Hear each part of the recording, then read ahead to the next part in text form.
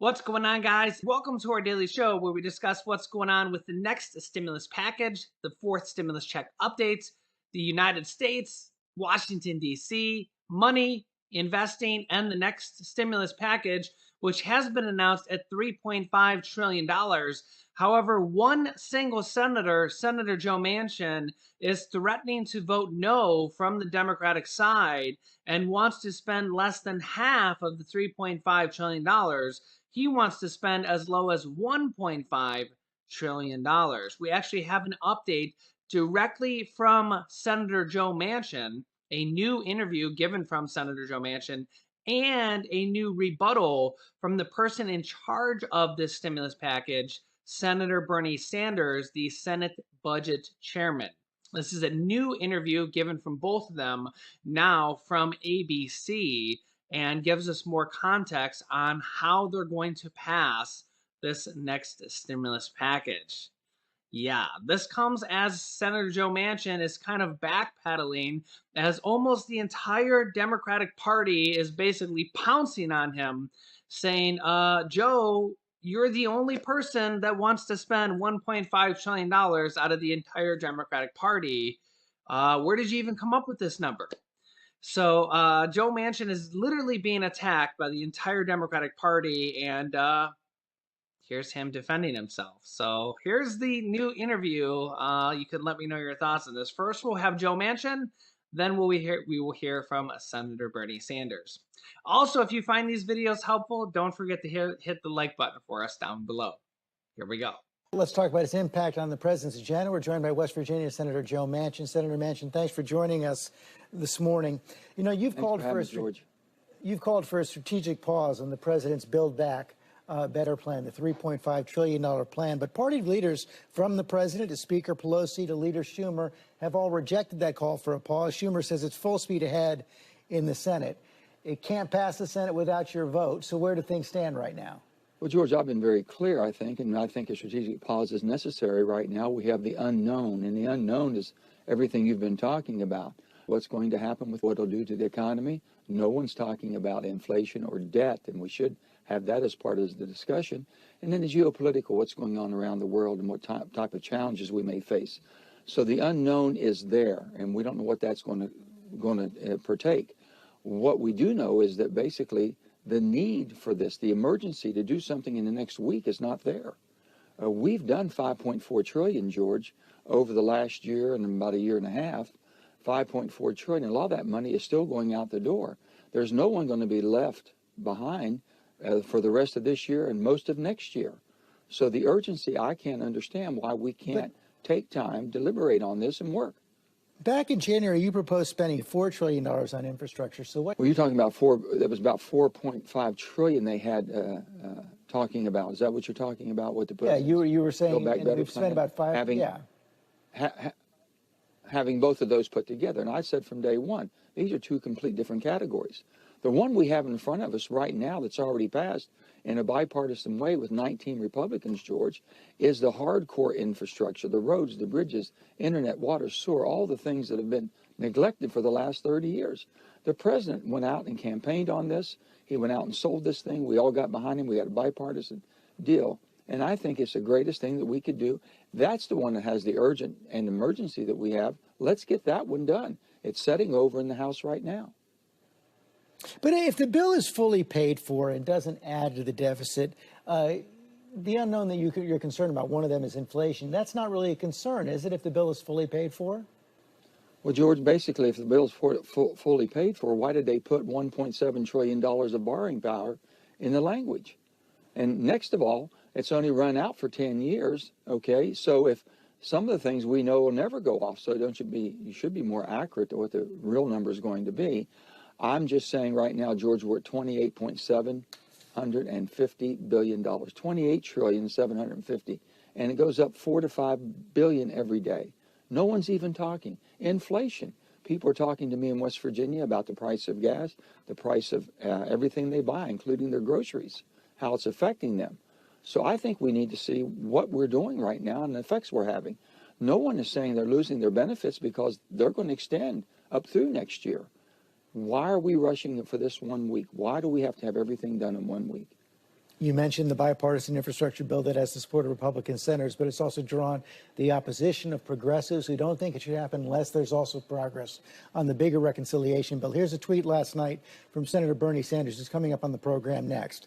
We're not going to build bridges just so our people can live under them. No infrastructure bill without the $3.5 trillion reconciliation bill. Are you concerned we're going to end up with nothing? I just respectfully disagree with Bernie. I've never seen us in the legislature. I never thought the purposes of the progress that we make in legislation was basically hold one hostage over the other. You have a bipartisan bill in the most toxic atmosphere that we've ever had politically. The president has pushed on this, and he says we're going to do this bipartisan. It's in the House right now. We could pass that one, and we can still go on to reconciliation. We can debate it. We can discuss it. We can have hearings on it. Make sure whatever we do it and do it right and don't put more out there that's not needed or basically put ourselves further in debt. We can have those discussions, but why would you hold something that's as needed as this, as far as the hard infrastructure, that's been basically neglected for 30 years and just sit back and say, well, we can't do that. If you don't need bridges fixed or roads fixed in your state, I do in West Virginia. I need internet in West Virginia. I got water and sewage problems. I've got all the problems that we have addressed in the bipartisan infrastructure bill, and that's the one that has the emergency. So what's your bottom line? How long should the pause last, and what's the most you would accept in a final reconciliation bill? Chuck, I know that, George, everyone's putting a timetable and putting a hard cap. Shouldn't we, first of all, the reason we're on reconciliation, I voted to go on reconciliation because I believed that the 2017 tax codes were weighted to the high-end wealthy. I believed it was weighted unfairly with working people, and I thought we needed to make some adjustments. But I'm not going to make adjustments on how much I want to spend. I'm going to make the tax adjustments on what I think keeps us competitive, looking at the global rates, looking at things that we're doing, making sure the wealthy are paying, making sure all corporations are paying something to have the privilege of doing business in America. I think all that needs to be done. And we ought to see what kind of money that spends off and then basically match that up with the highest priorities and needs we have. That's all I've asked for, and we haven't had that honest debate. I'll tell you, man, it sure does seem like Senator Joe Manchin, Democrat senator from West Virginia, it sure does seem like he's backpedaling a lot. It sure does seem like he's backpedaling a lot. It seems like he's very unsure about his answers. You can let me know your thoughts down below in the comments, but he's really getting bashed hard by a lot of his Democratic colleagues. And I'll tell you this right now. I really do think that I don't think he's going to vote no on this next stimulus package. I'd be very surprised if he votes no. I think this is all part of his 15 minutes of fame and part of his negotiation strategy. It feels like it's basically him versus his own party. He did do this in the third stimulus check package as well. Although it feels like it wasn't as hard. It feels like he didn't negotiate down as much. Because, I mean, if they do go down from 3.5 trillion to 1.5 trillion or even 2, that would be a significant cut. A significant cut. And that would mean that there would have to be a huge amount of things decreased or cut from the bill because of mainly one person. Now, there is some other moderate Democrats like Senator Kirsten Sinema, but she doesn't seem to be nearly as aggressive or as strong on her stance as Joe Manchin. So we will have to see what will happen. But for a counterpoint, here is a Senate Budget Chairman, the person in charge of the reconciliation process, and also the person in charge of this $3.5 trillion stimulus package, Senator Bernie Sanders, who is one of the leaders of the progressive movement. Remember, there's a lot more progressives, the guys who want more out of the stimulus package. Remember, out of the House of Representatives, there's the Democratic Progressive Caucus, which is like 100 Democrats alone in the House who actually want to spend more than $3.5 trillion. Remember, there's 80 Democrats alone that want to have a fourth stimulus check added into this package. These are the guys that want to spend more. And then there's Joe Manchin, who wants to spend less. So here's Bernie Sanders. I want to bring in Senator Bernie Sanders now. Senator Sanders, thanks for joining us as well. You just heard Senator Manchin right there. He said he just respectfully disagrees. We shouldn't hold this bipartisan infrastructure package hostage to the reconciliation bill. Well, I think maybe the converse is true, that maybe Senator Manchin is holding the reconciliation bill hostage.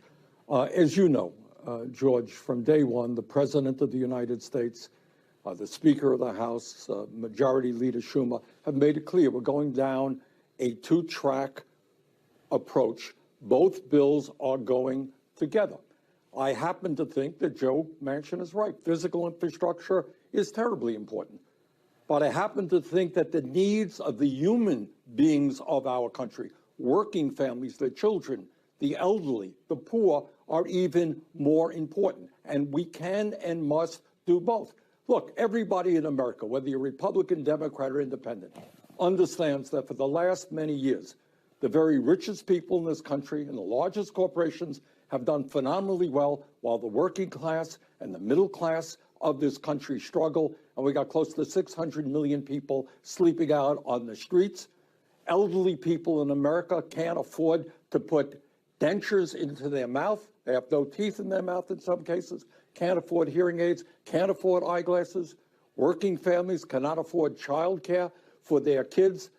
Young people cannot afford to go to college. And then on top of all of that, the scientific community is telling us that we're looking at a cataclysmic crisis in terms of climate. Oregon is burning. California is burning.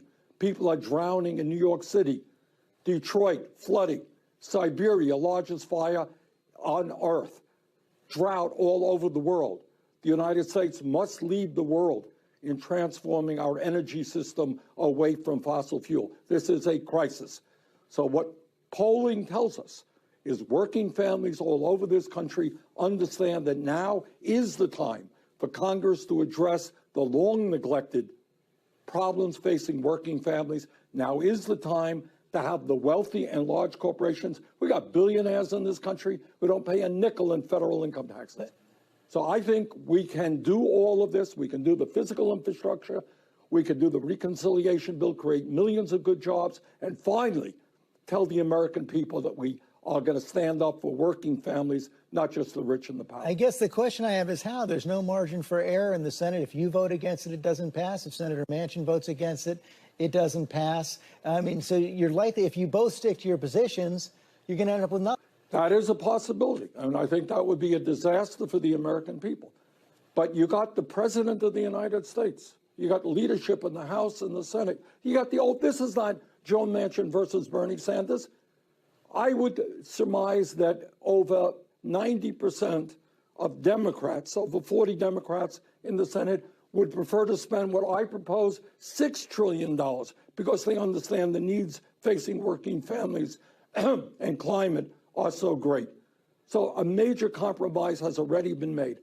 And there is a real danger that this bill will lose, that the infrastructure bill will lose in the House, because you got many people there, and I support them, who are saying, you know what, we had a joint agreement. We're going to go forward together, deal physical infrastructure, deal with the needs of working families. Let's do it. Let's create the jobs.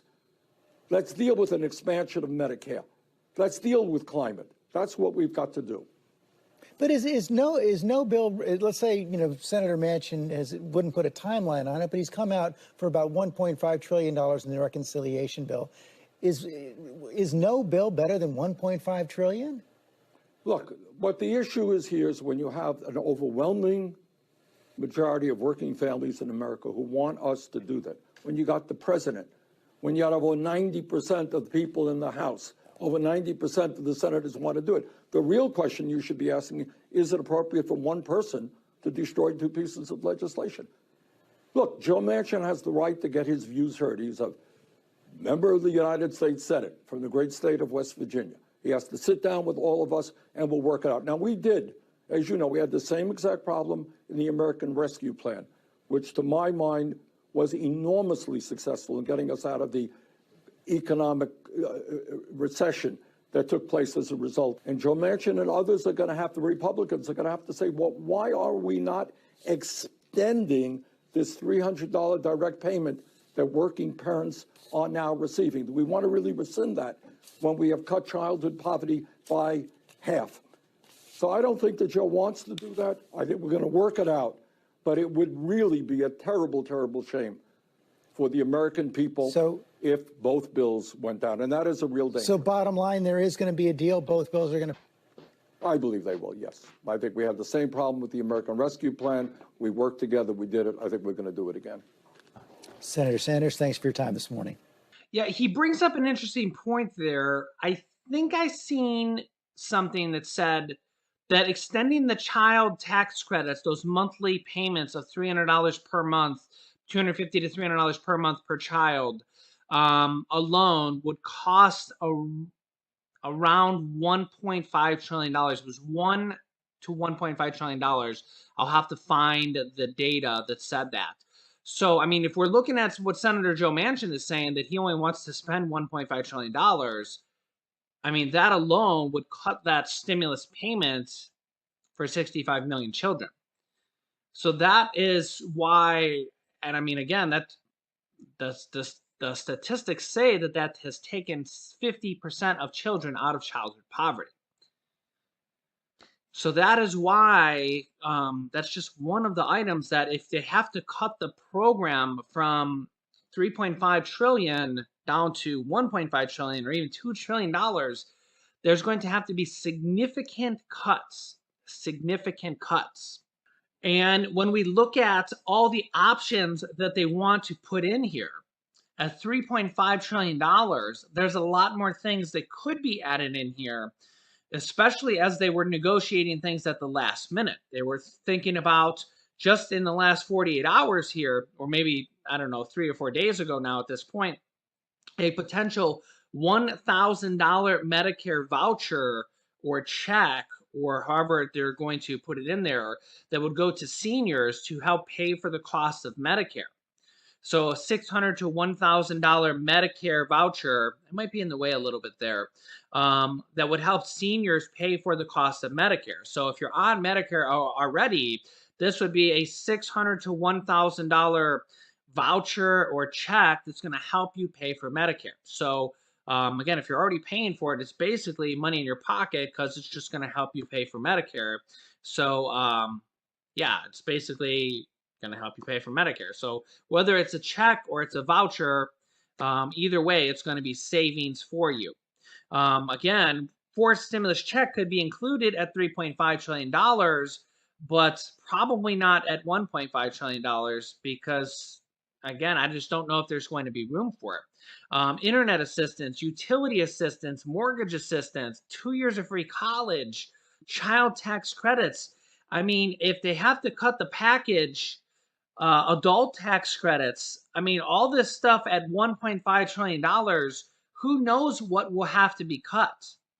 I mean, we're talking about cutting the package in half or more than half.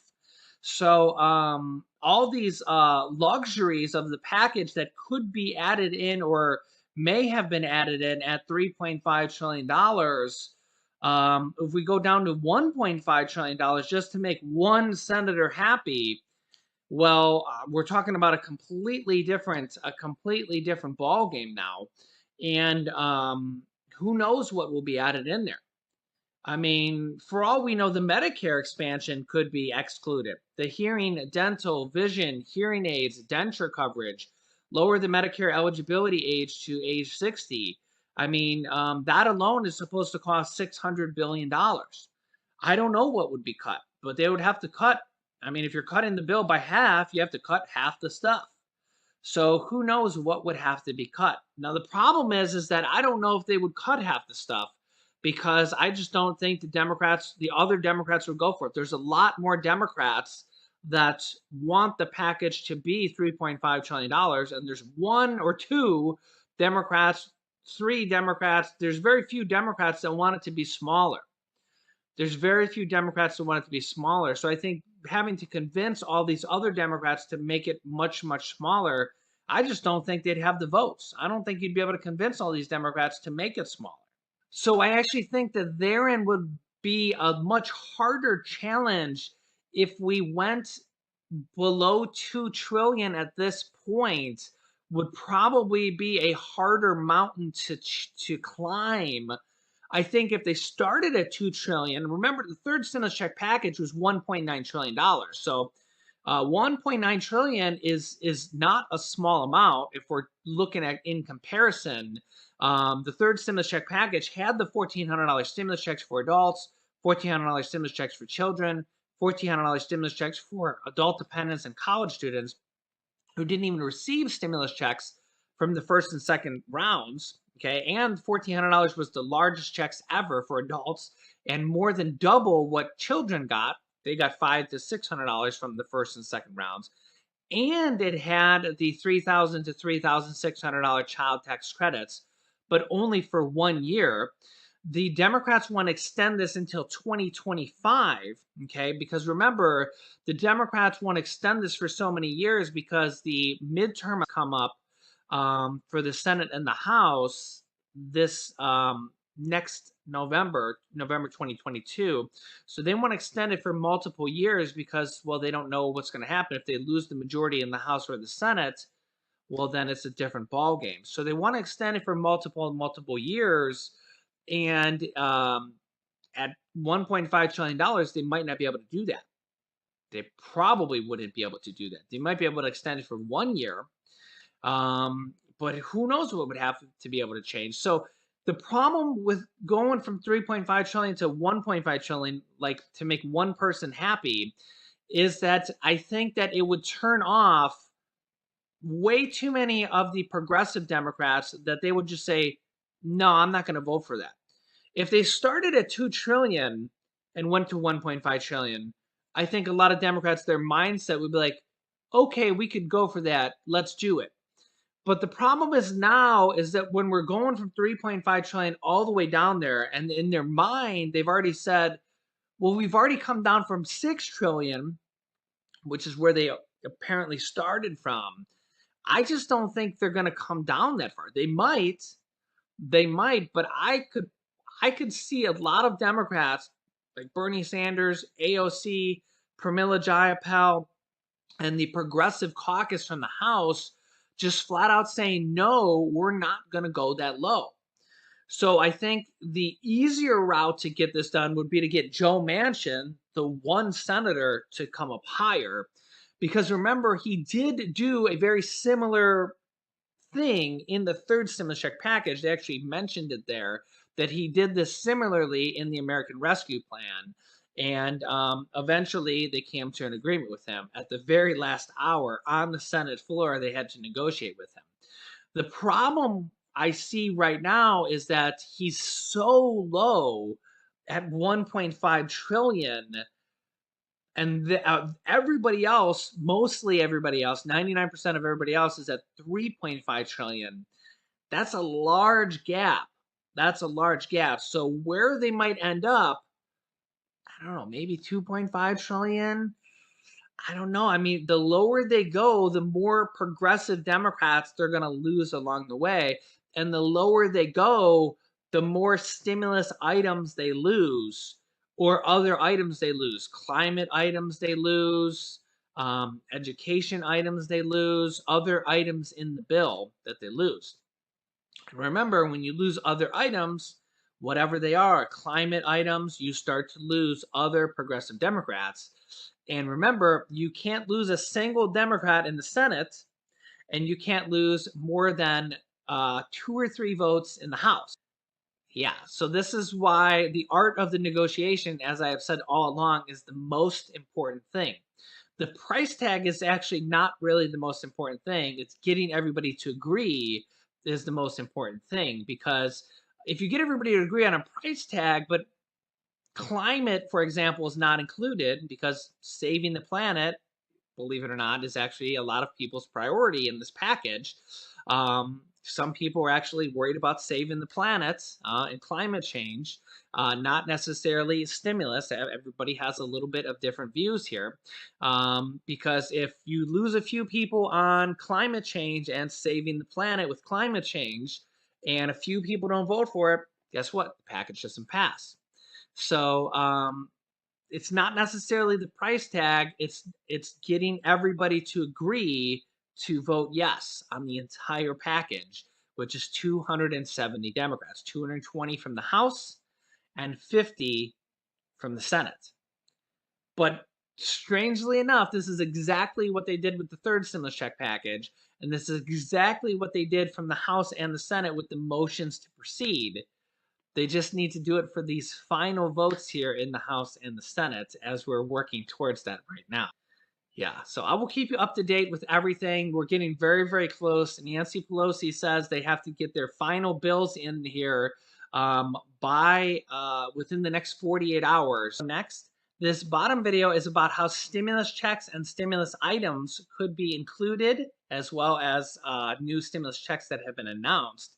And this video is our new family channel video called Julian's Adventures, with Julian's Adventures #2 that was just released. So click on one of those videos next. Thanks, guys, and I'll see you in the next video.